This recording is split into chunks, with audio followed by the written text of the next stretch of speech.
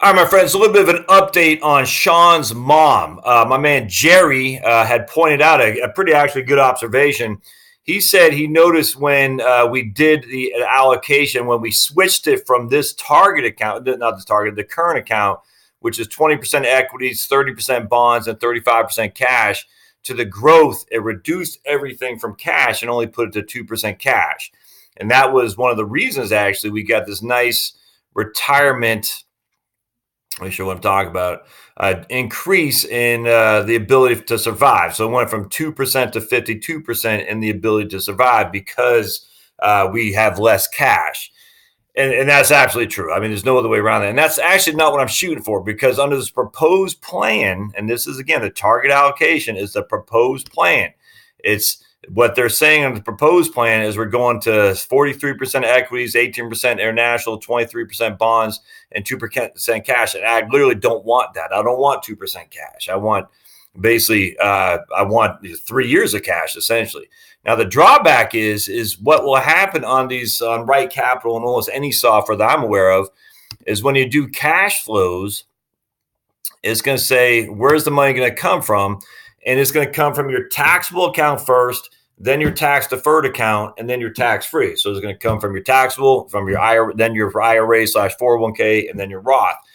And I don't want that to happen. I don't want it to come from an aggregate portfolio where it takes some from cash, some from stocks, some from bonds. So that's not what I'm shooting for. I want it to come from cash first for the first 3 years, and then from stocks.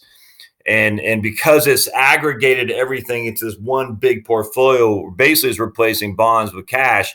That's not what I'm shooting for. I don't want to replace bonds with cash in this regard. So what we need to do is we need to change this around a little bit to make sure that the portfolio can take it from the cash accounts first and then the equity accounts, the investment accounts. And what we're going to do in that regard is we're going to move this investment account and we're going to make it a Roth IRA. Now, some people say, oh, you can't do that because it's tax. Roths are tax-free and her account is a taxable account. Is not tax-free. It is tax-free. The dividends, the capital gains are completely tax-free, and any interest she gets off it will most likely be tax-free simply because her standard deduction is $12,000 and she's not going to generate $12,000 of capital gains and income. It's just not going to happen.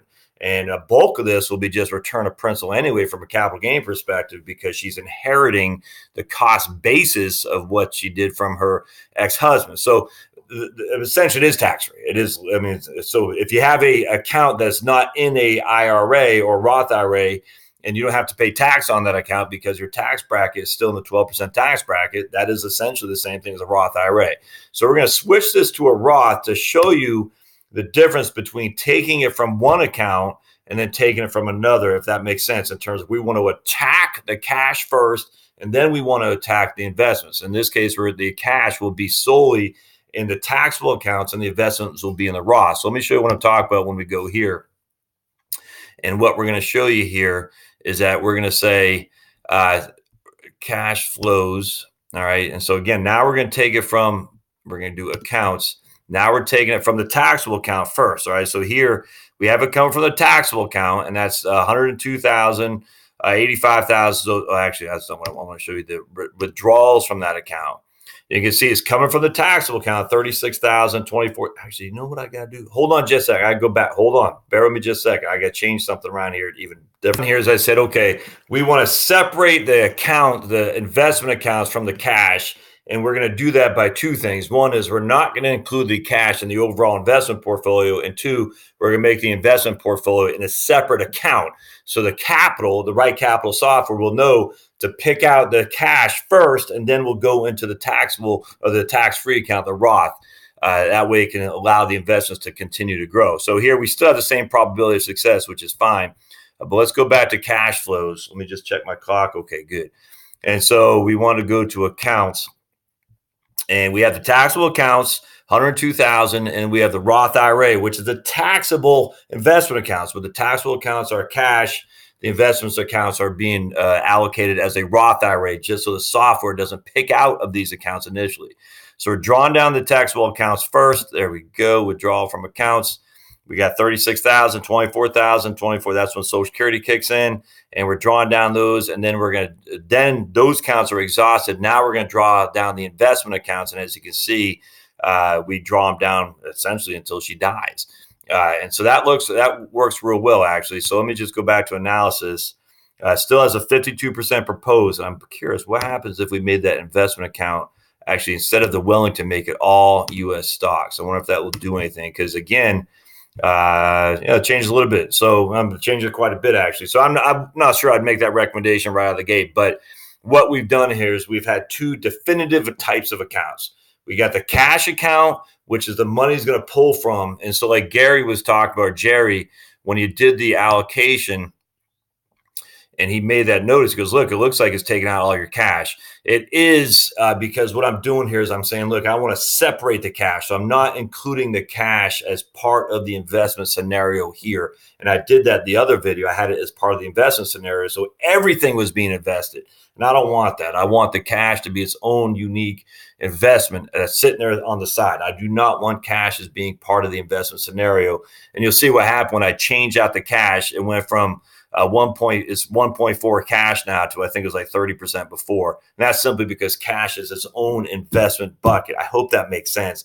So good observation, Jerry. I did not want the cash to be included in the investments. I want to be included as its own unique investment, essentially. And then I did not want the cash. I didn't want the investments to be tapped into until the cash was exhausted. And that's what we've done now. We said, look, exclude the cash from the overall investment portfolio. And what we'll see here, if we do that, the ability on a Wellington type of account that's basically 30/60 to have a probability of success is minimal. It's 2%. Now, if we change that over to a Wellington type of account, which is a growth account, 70/30, that goes from 2% to 70 to, what is that, 52%? Yeah. And if we change it to a more stock-oriented account, it's all U.S. stocks, that it makes it even better. It goes to, I think it was 70. What was it, 70? 60%. So either way, I'm pretty comfortable with 52 and 60. I'd actually still stay with a Wellington type account, not the all aggressive account, simply because at the end of the day, my man Shawn isn't worried about getting an inheritance. I mean, he'd love to get it, don't get me wrong, but he's mostly worried about his mom being able to sustain herself for years to come. And while this $123,000 inheritance that he would get at her death looks appealing, that might not be appealing if she has a 40% decline in the markets like we've seen in 2001 and 2, and then again in 2008.